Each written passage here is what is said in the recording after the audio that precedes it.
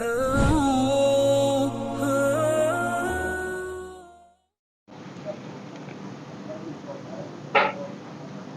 ada sekitar 6 pendapat.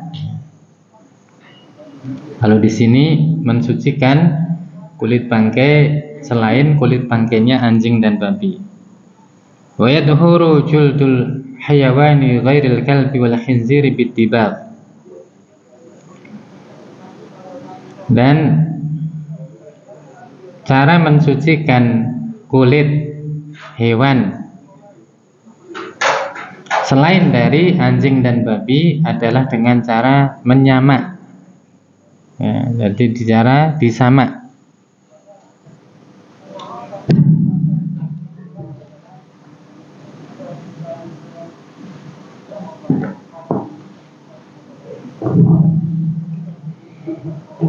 Jadi dengan cara menyamaknya. Pakai dua.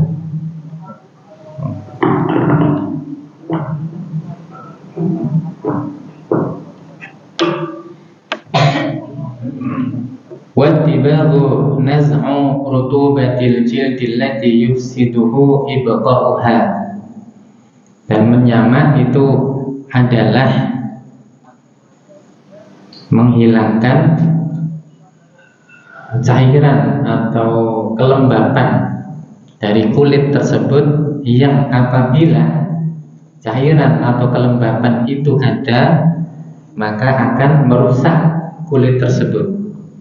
Jadi menghilangkan darahnya, kemudian daging-daging yang masih menempel padanya itu dihilangkan, karena kalau itu masih ada nanti itu yang akan merusak kulit tersebut. Bimaddatin ladhi'atin hirrifah, dengan cara atau menggunakan ladhi'atin hirrifah, menggunakan benda-benda yang baunya itu menyengat tajam, ya. Baunya itu ada pedes-pedesnya gitu. Kalau di zaman dulu itu dikatakan pakai kulit delima. Ada kulit delima, pahit-pahitnya gitu. Ya, ada rasa pahit-pahit pedes gitu. Saya nggak pernah makan. Kalau yang pernah makan kulit delima mungkin tahu rasanya. Bihaitsu law nuqiha fil ma'i lam ya'ud ilaihi natnu wal fasad. Yang hasil akhirnya nanti kulit tersebut setelah proses penyamaan, ketika dia ditelup di dalam air maka tidak ada bau busuk atau rusak yang terjadi. Nah, itu indikator keberhasilan menyamak kulit. Kalau dia setelah selesai disamak, dia dicelup di dalam air itu tidak ada bau atau kerusakan yang terjadi. Kalau masih ada bau, masih rusak, berarti belum berhasil.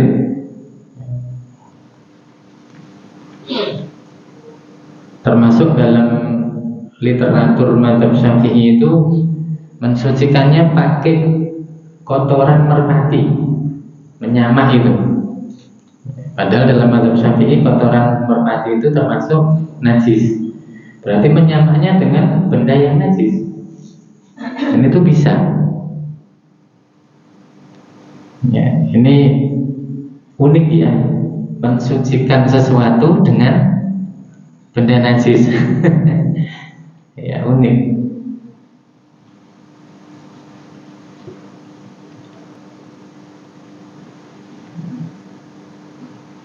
Qala Rasulullah sallallahu alaihi wasallam, telah bersabda Rasulullah sallallahu alaihi wasallam, idza dubiqal ihabu faqad tahur.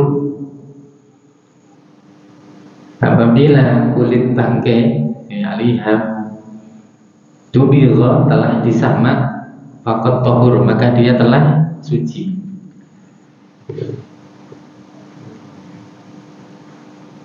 Apabila kulit bangkai telah disamak maka dia telah suci. Rawahu Muslim, hadits ini diriwayatkan oleh Imam Muslim. Wa yajibu ghaslul jildi bil ma'i ba'da tadghi lil mulaqatihi lil adwiyatin najisati allati tubidha biha. Dan wajib untuk mencuci, tadi kan indikator akhirnya dicelup pakai air. Tapi ini ada kewajiban lain, wajib untuk mencuci kulit bangkai yang telah selesai disamak tadi dengan air, ya. Lil mulaqatihi lil adwiyatin najisatil lati tubidha biha, karena dia telah bersentuhan, ya, dengan najis yang digunakan untuk menyamak tersebut. Kalau misalnya nyamaknya itu pakai kotoran merpati, berarti kan menurut mazhab Syafi'i kotoran merpati itu najis. Berarti yang digunakan untuk menyamak itu sesuatu yang najis, maka harus dicuci setelahnya.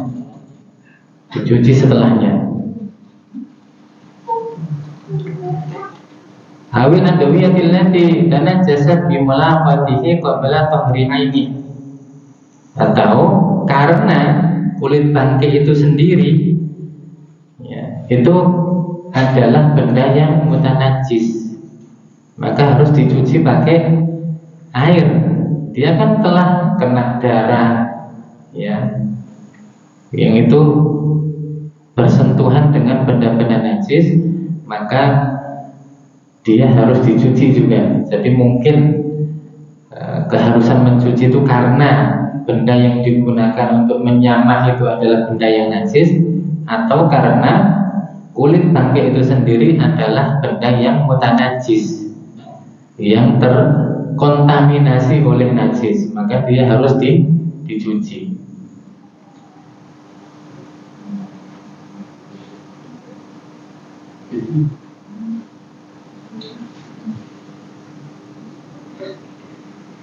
Kemarin disebutkan sesuatu yang najis itu adalah bangkai al-maitah. Alasannya min ajlin najasah, karena bangkai itu najis. Nah sekarang bangkai, ya, kulit bangkai itu bukan bangkainya, ya, kulit bangkai karena termasuk dia bangkai itu setelah disamak kan suci. Kalau suci boleh dimakan kok enggak?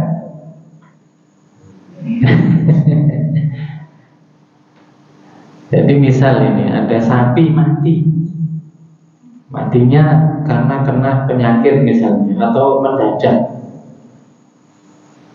Nah ini maniman ini, kulitnya kan bisa dibuat krecek, untuk dibuat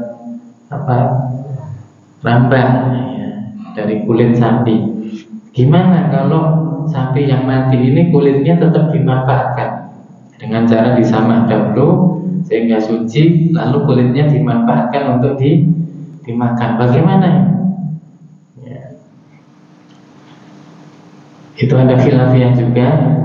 Kalau mayoritas ulama mengatakan tetap tidak boleh dimakan. Kalau mazhab Syafi'i dalam qaul jadid, ya, pendapat yang baru malah boleh. Ya Allah alam. Intinya untuk ihtiyat, untuk kehati-hatian, ya jangan. Tapi kalau mengikuti pendapat yang boleh, silakan. Dalam mazhab Syafi'i itu ada dua ulama yang disebut asyaikhan, dua orang syekh, yaitu Imam An-Nawawi dan Ar-Rafi'i.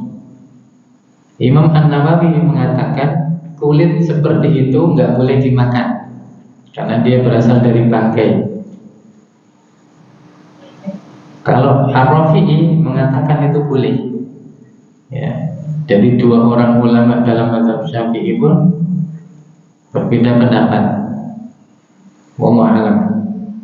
Jadi bisa jadi kalau ada orang yang mengolah, ya, kulit bangkai disamak kemudian dijadikan makanan, ya bisa jadi dia mengikuti qaul jadidnya Imam Syafi'i rahimahullahu ta'ala.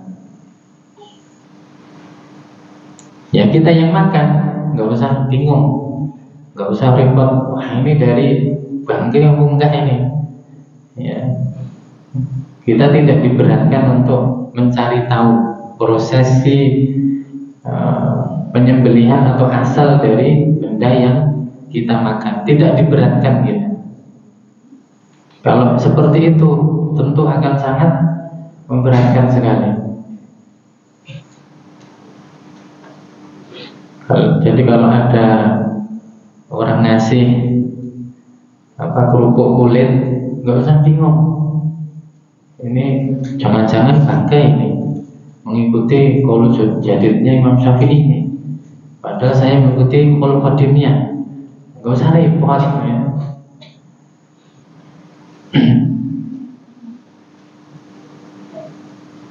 Dan antum tahu Imam Syafi'i itu dulu berpendapat kulit bangkai itu tidak bisa suci dengan disamak. Setelah ketemu dengan Sufyan Ats-Tsauri ya, yang berpendapat kulit bangkai itu bisa disamak dan menjadi suci. Jadi ketemu dua orang ulama ini ketemu. Yang satu berpendapat kulit bangkai tidak bisa suci dengan cara disamak, itu pendapat Imam Syafi'i dulunya. Sufyan Ats-Tsauri berpendapat bisa disucikan dengan cara disamak. Setelah dua ulama tersebut berpisah, pendapatnya gantian.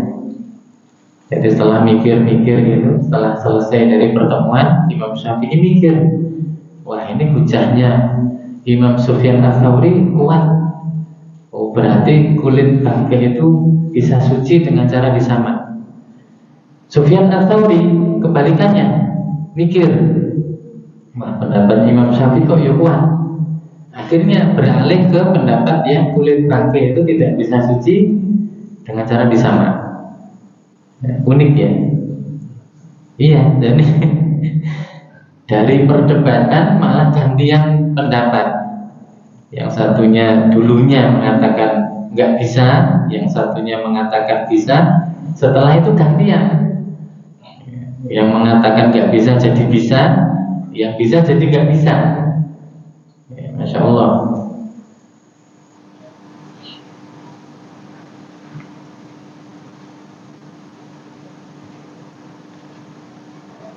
Di zaman dahulu memang kayak seperti itu. Jadi Imam Ahmad bin Hanbal yang mengetahui pertemuan kedua ulama ini, nuwun sewu juga agak bingung. Wah, piye? Ya.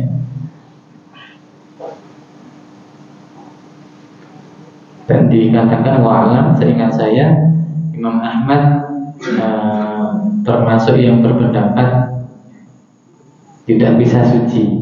Ya, Wallahualam kalau dalam muktamadnya mazhab Hambali saya nggak tahu, tapi dikatakan pendapat Imam Ahmad sendiri, beliau mengikuti pendapat yang atau menguatkan pendapat yang tidak bisa suci.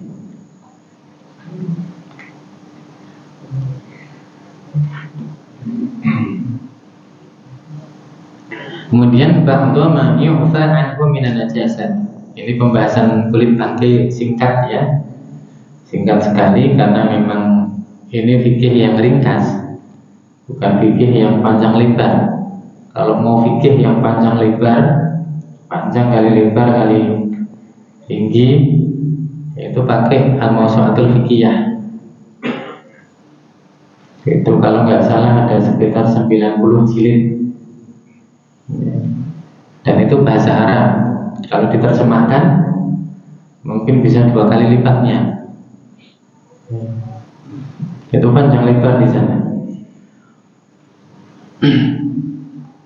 Maka kita lanjutkan ba'dhu ma yu'fa anhu minan najasat. Jadi sebagian dari najis yang ma'fun anhu, yang dimaafkan. Ini penting ya.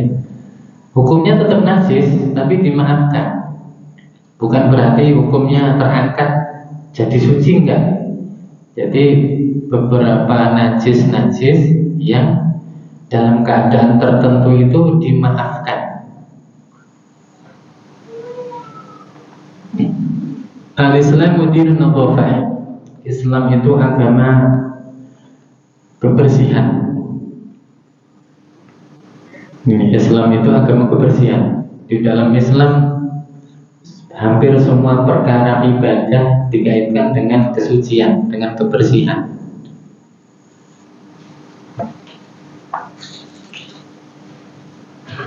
Bidzalika aujaba izalatan najasati aina makanan. Maka itu karena itu wajib untuk menghilangkan najis aina makanan, dimanapun dia ada. Ini pendapatnya jumhur ulama ya. Mensucikan najis itu hukumnya wajib. Wajib menghilangkan atau mensucikan najis dimanapun najis tersebut berada. Wa taharruz minha, dan menghindarinya. Ya. Jadi wajib mensucikan dan menghindari najis. Kalau dalam mazhab Maliki ada dua pendapat yang masyhur dalam mazhab Maliki. Salah satu pendapat mengatakan mensucikan najis itu hukumnya tidak wajib. Maksudnya hanya mustahab, hanya sunnah. Kalau dilakukan ya dapat pahala, kalau enggak ya enggak dosa. Berdalil dengan ketika Rasulullah sholat di Ka'bah,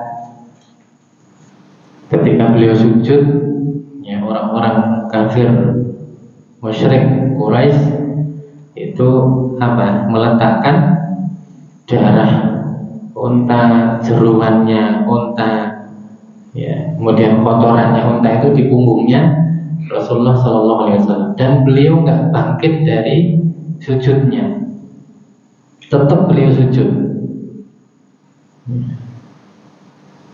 Padahal di punggung beliau ada najis, ya, ada najis, kotoran unta, darah unta, jeruannya unta, ada najis di sana. Tapi beliau tidak bangkit dari sujudnya, tidak mensucikannya. Kalau itu wajib, mestinya ya, beliau paling tidak ya digogrokne lah atau dibersihkan. Padahal itu enggak sama sekali. Yang digunakan sebagian ulama Malikiyah yang mengatakan bahwa mensucikan najis itu hukumnya mustahab, tidak sampai wajib. Kalau di sini kemarin sudah dijelaskan semua bahwa beberapa dalil menyebutkan, termasuk firman Allah wasiyabaka fatahhir, ya, dan pakaianmu bersihkanlah, itu menunjukkan bahwa perintah tersebut hukumnya wajib.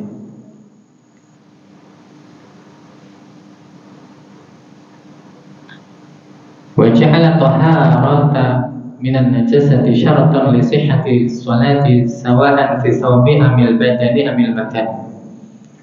Dan Islam menjadikan sucinya dari seseorang dari najis itu syarat sahnya sholat, baik suci pakaian, suci badan, dan suci tempat. Jadi syarat sahnya sholat itu adalah suci pakaian, badan, dan tempat dari najis.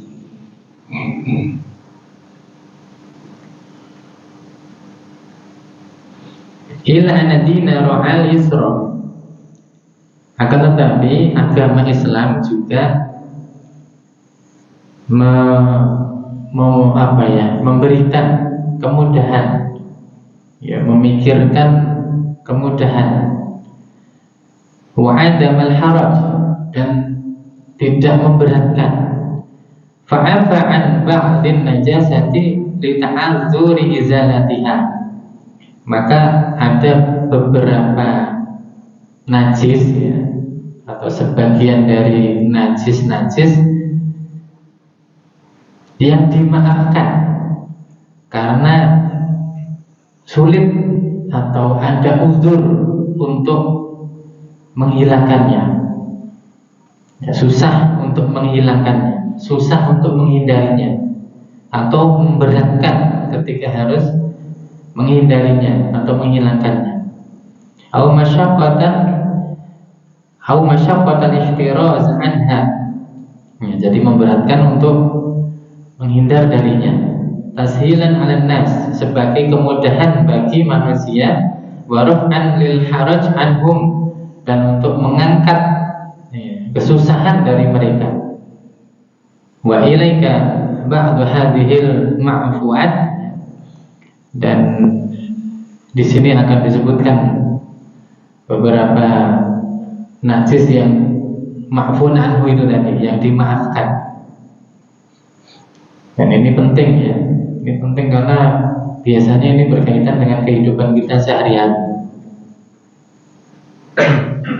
Yang pertama, rasyashul qawlil basitul ladzi la yudrikuhu taraful mu'tadil idza asaba thawba awil badan. Cipratan kencing ya, yang menyebar, cipratan air kencing yang menyebar, yang tidak bisa dilihat oleh at-tarful mu'tadil. At-tarful mu'tadil itu penglihatan mata normal. Jadi cipratan kencing yang tidak bisa dilihat oleh mata normal. Kalau pakai mikroskop mungkin bisa, tapi kan itu bukan mata normal itu. Ya, itu pakai bantuan. Ya. Yang mengenai pakaian atau badan. Misal kita kencing di tempat yang gelap, ya, akhirnya ada cipratan dari air kencing tersebut yang mengenai badan atau pakaian kita, itu dimaafkan. Itu dimaafkan karena kalau kita suruh neliti nanti cipratannya mana ini, ya repot, ya repot sekali. Atau mungkin ya cahayanya terang tapi matanya rabun kayak saya gini. Wah, ini nyiprat di mana kadang nggak kelihatan. Jadi kencing itu nyiprat itu nggak kelihatan di mananya.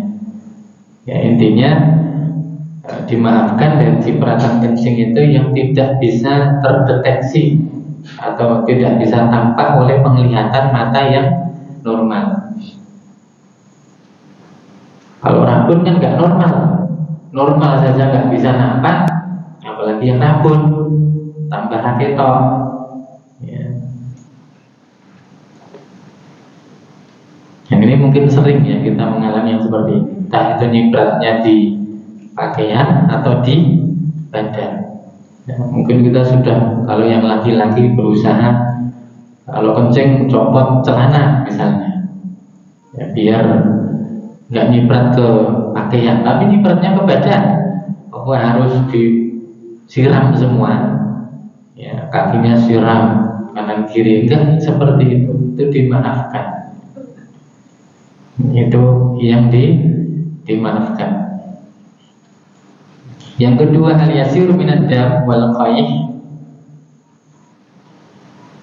darah yang sedikit dan juga muntahan ya, atau nanah ya, darah atau nanah yang sedikit.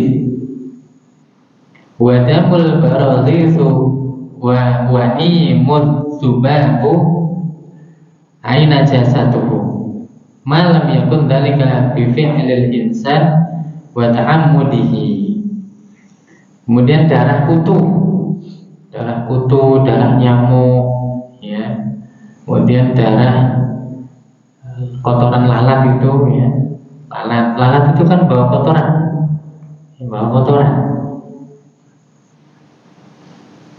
Itu kalau yang dia bawa itu najis, maka dimaafkan. Termasuk apa yang senangnya najis itu ya, coro, wawung ya, wawung yang baunya itu bawa najis itu mesti. Selama itu tidak merupakan kesengajaan dari manusia tersebut. Ya. Kalau misalnya itu kesengajaan, ya, kesengajaan atau memang dia ada itu karena dilakukan oleh manusianya. Misalnya ada lalat dipegang terus ditaruh di tangan, akhirnya di situ ada najis yang nempel, itu ta'ammudi, itu kesengajaan. Kalau nggak disengaja, pokoknya nanah, darah yang sedikit-sedikit itu dimaafkan. Kemudian najis yang dibawa hewan atau kutu atau nyamuk atau yang lainnya itu juga dimaafkan.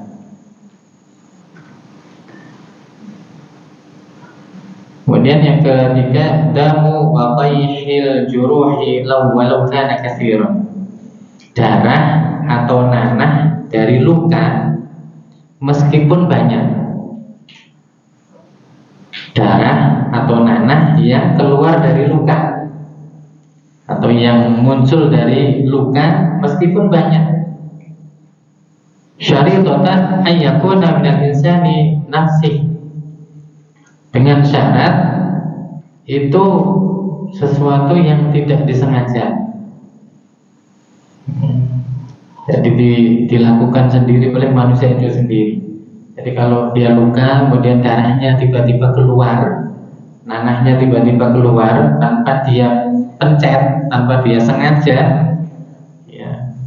Jadi bukan karena kemauannya, maka itu dimaafkan. Wa alla yakuna bi fi'lihi wa ta'ammudihi, dan itu bukan merupakan perbuatannya dan kesengajaannya.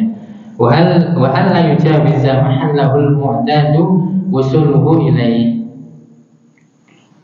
dan dengan syarat juga darah atau nanah yang banyak itu tidak sampai ngalir, ya. Jadi yang masih ada di badan darah-darah atau nanah itu, selama dia tidak sampai mengalir, itu dimaafkan. Berarti kalau sampai ngalir, yang tidak dimaafkan yang mana? Yang ngalir, ya. Kalau yang masih di lukanya nggak apa-apa. Jadi luka-luka yang keluar darah atau nanah meskipun banyak, kalau tidak sampai mengalir, maka itu dimaafkan. Kalau yang mengalir itu yang tidak dimaafkan, berarti yang ngalir itu tadi itu harus dibersihkan.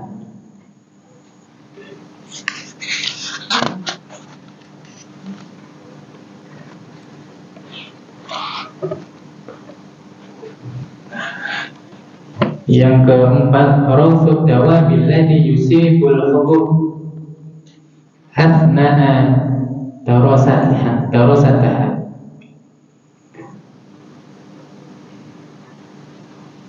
Kotoran hewan yang mengenai biji-bijian ketika memanennya, ya, ketika panen, ya. Ketika panen itu mungkin ada najis-najis dari hewan yang mengenai biji-bijian tersebut, ya, maka itu dimaafkan. Itu dimaafkan.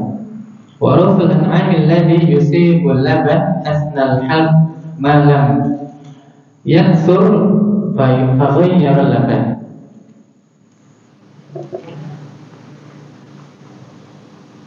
Fa yughayyir laban, dan kotoran hewan atau binatang ternak, ya, al-an'am, binatang ternak yang mengenai susu ketika memerasnya, ya, selama tidak sampai banyak sehingga merubah warna atau sifat susu tersebut. Jadi kalau ada orang meras susu, itu kadang kan campur apa? Kotoran, pasti itu. Pastinya, jadi ada campur kotoran, tapi jangan dicampur, ya. Kalau itu tidak sengaja tercampur dengan kotoran ketika dia memeras, ya, susu tersebut, selama kotoran yang mencampuri itu tidak sampai banyak sehingga bisa berubah sifat dari susu tersebut. Kalau sudah berubah sifatnya karena saking banyaknya, nah itu tidak dimaafkan.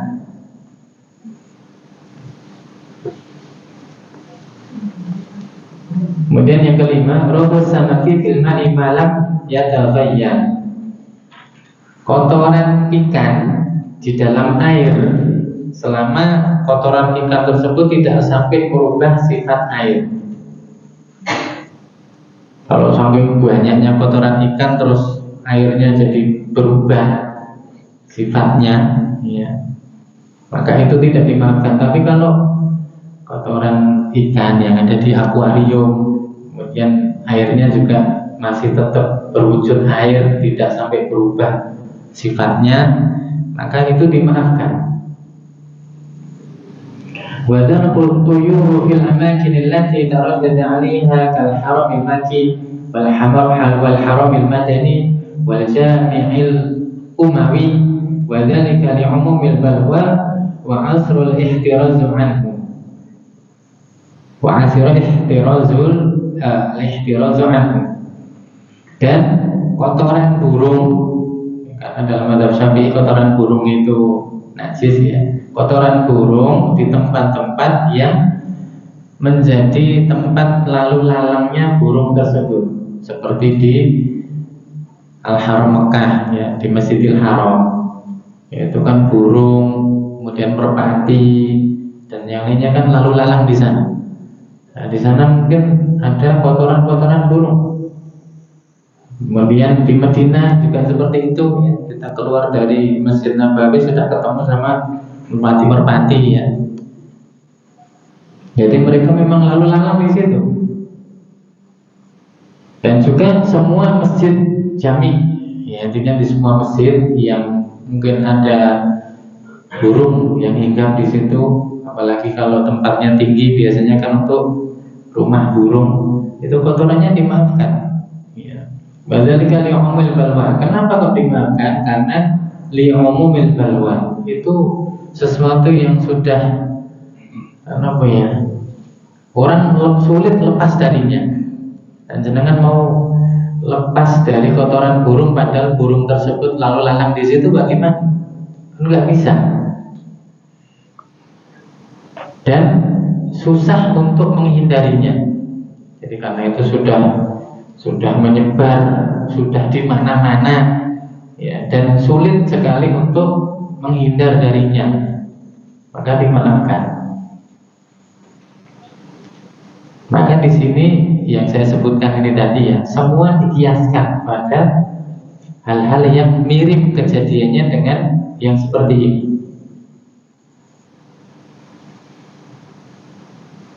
Jadi semua dikiaskan, ya. Yang keenam, mayusibu thawbal jazzar minad dami ma lam yukfir.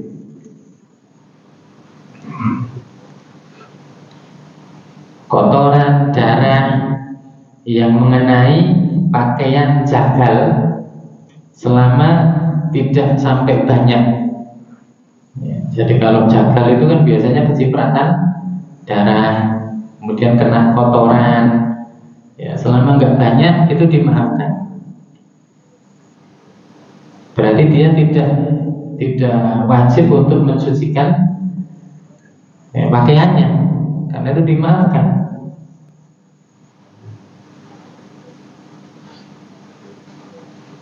Apalagi kalau kerjanya memang sebagai jagal atau jagal ayam,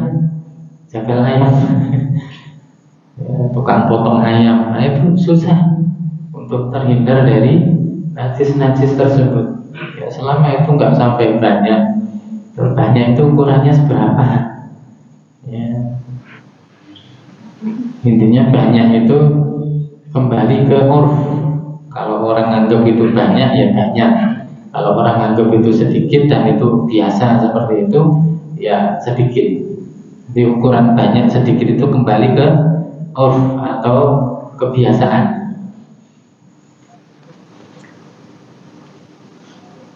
Yang ketujuh, ad-damul ladzi 'ala lahm, darah yang nempel di daging.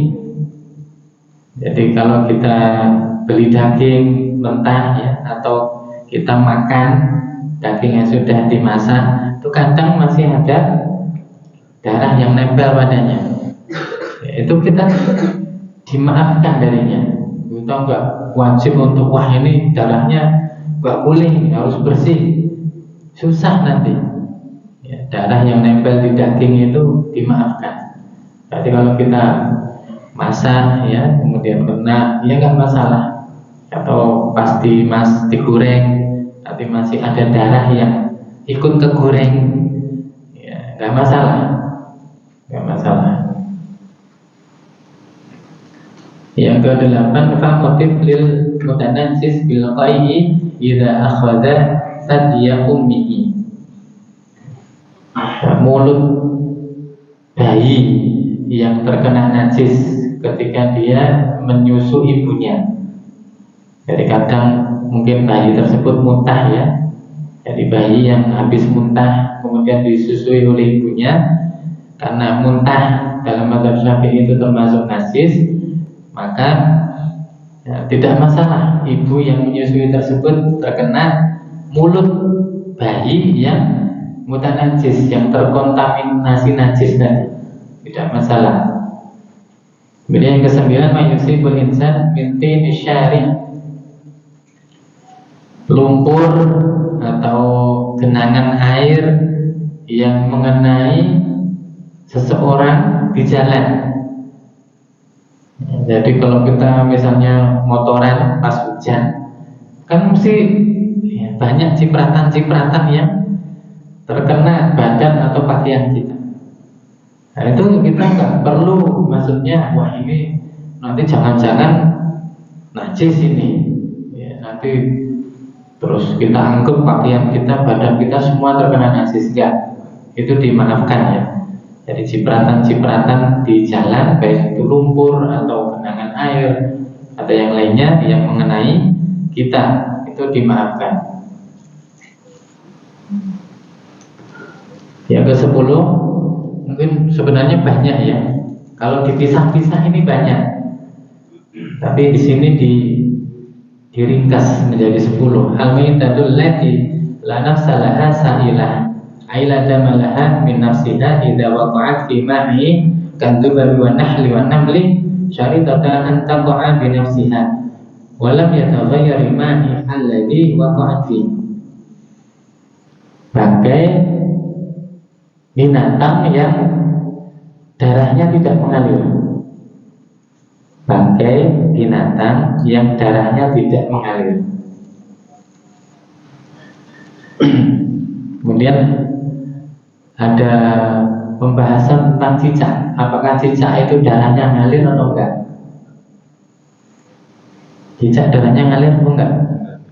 Enggak. Iya. Karena ulama ada khilaf di sini, ada dua pendapat. Cicak itu ada yang memasukkan dia darahnya ngalir. Kalau darahnya ngalir dan cicak itu binatang yang tidak boleh dimakan, maka kotorannya najis. Kalau yang mengikuti pendapat cicak itu termasuk binatang yang darahnya tidak mengalir, maka kotorannya tidak najis. Kotorannya tidak najis. Ya, silakan ikuti pendapat yang mudah. Ya. Kalau saya sendiri masalah kotoran cicak itu kalau bisa dibersihkan kita bersihkan. Kalau memang sulit membersihkan ya sudah, itu termasuk makbul, termasuk yang dimaafkan. Karena cicak itu di mana-mana, di sekitar kita. Ta'amu bil balwa, kita terus di mana-mana itu ada cicak. Ya kayak tadi, kayak burung yang wirah-wiri. Ya, burung kadang sambil terbang, ya, nelek misalnya. Nah, itu sulit untuk menghindari yang seperti itu. Cicak juga seperti itu. Ya.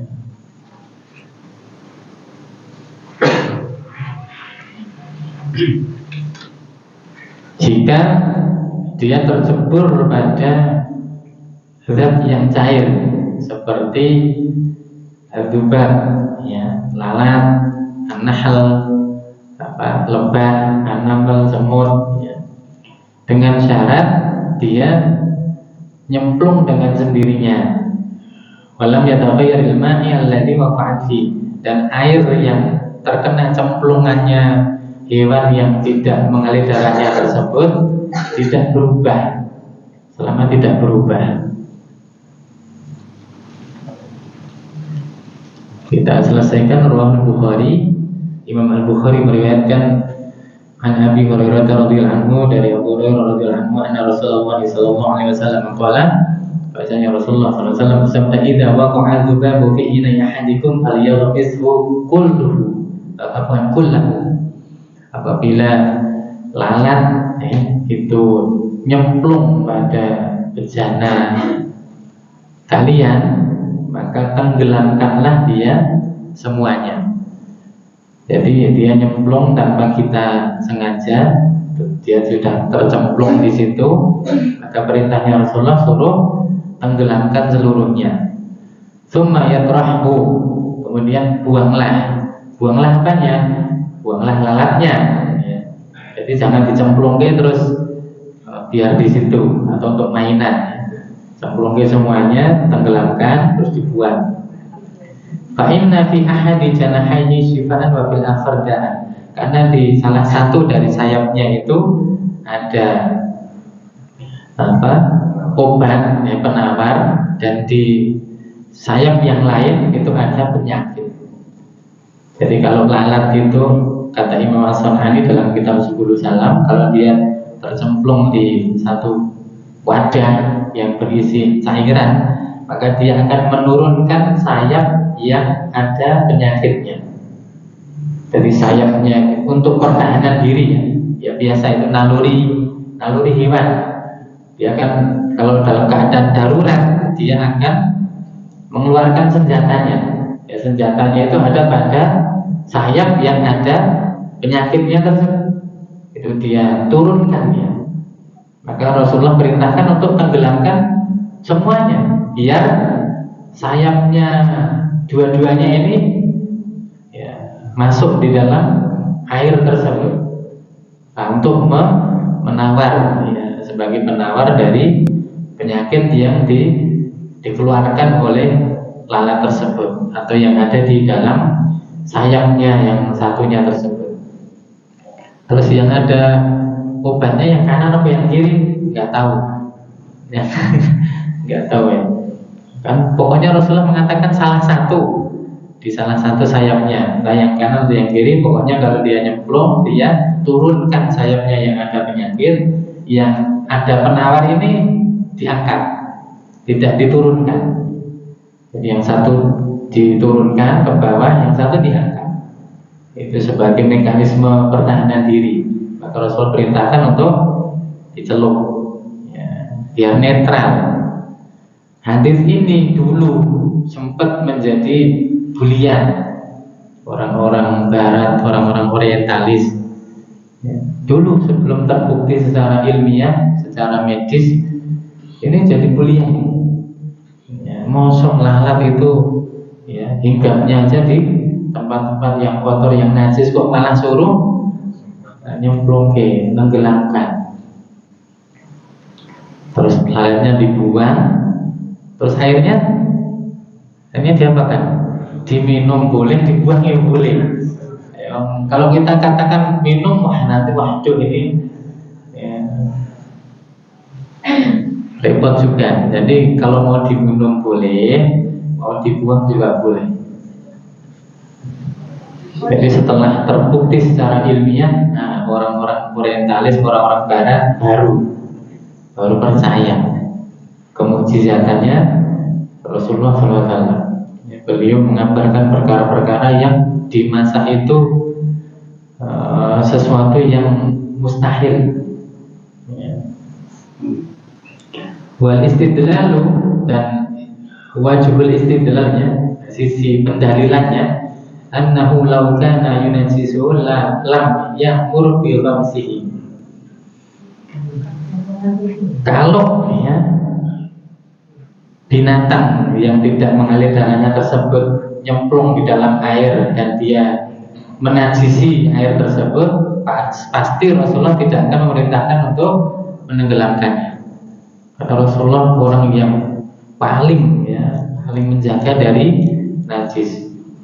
Wa qisa bidzubabi kullu ma fi ma'nahu min kulli maitatin la yasila damuha. Dan dikiaskan dengan lalat semua yang secara makna adalah hewan atau bangkai yang darahnya tidak mengalir. Intinya binatang ada yang darahnya mengalir, ada yang tidak mengalir. Kalau darahnya mengalir, ya nanti masuk ke pembahasan najis-najis tadi. Kalau darahnya tidak mengalir, itu tidak najis. Bangkainya, kotorannya, kemudian ya sentuhan dengannya itu tidak najis.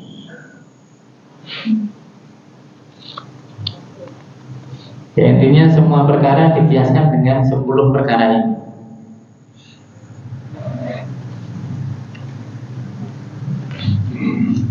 Sudah habis waktunya ya. Demikian Allah Ta'ala alam bisawab. Wassallallahu ala nabiyyina Muhammad wa akhiru da'wana alhamdulillahi rabbil alamin. Subhanakallahumma bihamdika asyhadu an la ilaha illa anta astaghfiruka wa atubu ilaik. Wassalamualaikum warahmatullahi wabarakatuh.